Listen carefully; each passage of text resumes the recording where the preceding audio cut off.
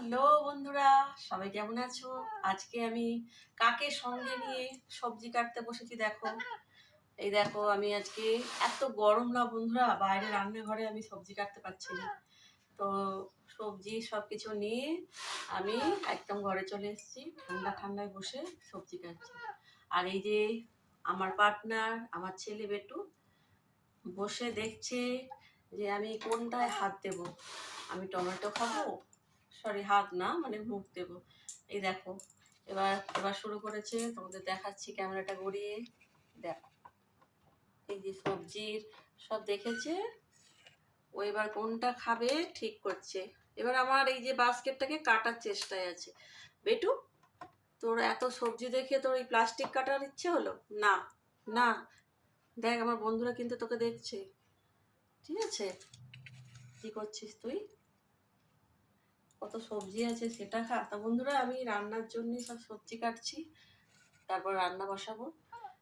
তো আমরা দিয়ে টকের ডাল কাটবো, আমরা কেটেছি। আর কি রান্না করি দেখি, এই এক রোজকার ব্যাপার। তো মাছ দিয়ে ঝিঙে আলু একটা ঝোল করবো ভাবছি। আর একটু না না, নাও শসা খাবে? শসা শসা খাও। এগুলো কিন্তু ধোয়া আছে, না ধুয়ে বেটুকে দিই না। না, খাবে শসা? ঠিক আছে বন্ধুরা, আমি সবজি কাটার পরে আবার আমি ফিরে আসছি। দেখি আমি কি সবজি কেটে রান্না টান্না করি। টাটা বন্ধুরা। বেটু, টাটা করে দাও, টাটা করে দাও, টাটা করে দাও, টাটা করে দাও এখন। ও হুম, ঠিক আছে, টাটা বন্ধুরা, আবার দেখা হবে।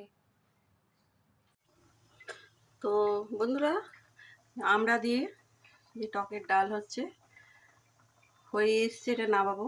তারপরে বাঁধাকপি দিয়ে বেসনের একটা বড়া হবে, আর ঝিঙে আলু পটল একটা, এই সবজিগুলো দিয়ে মাছের একটা মাখা মাখা তরকারি করব।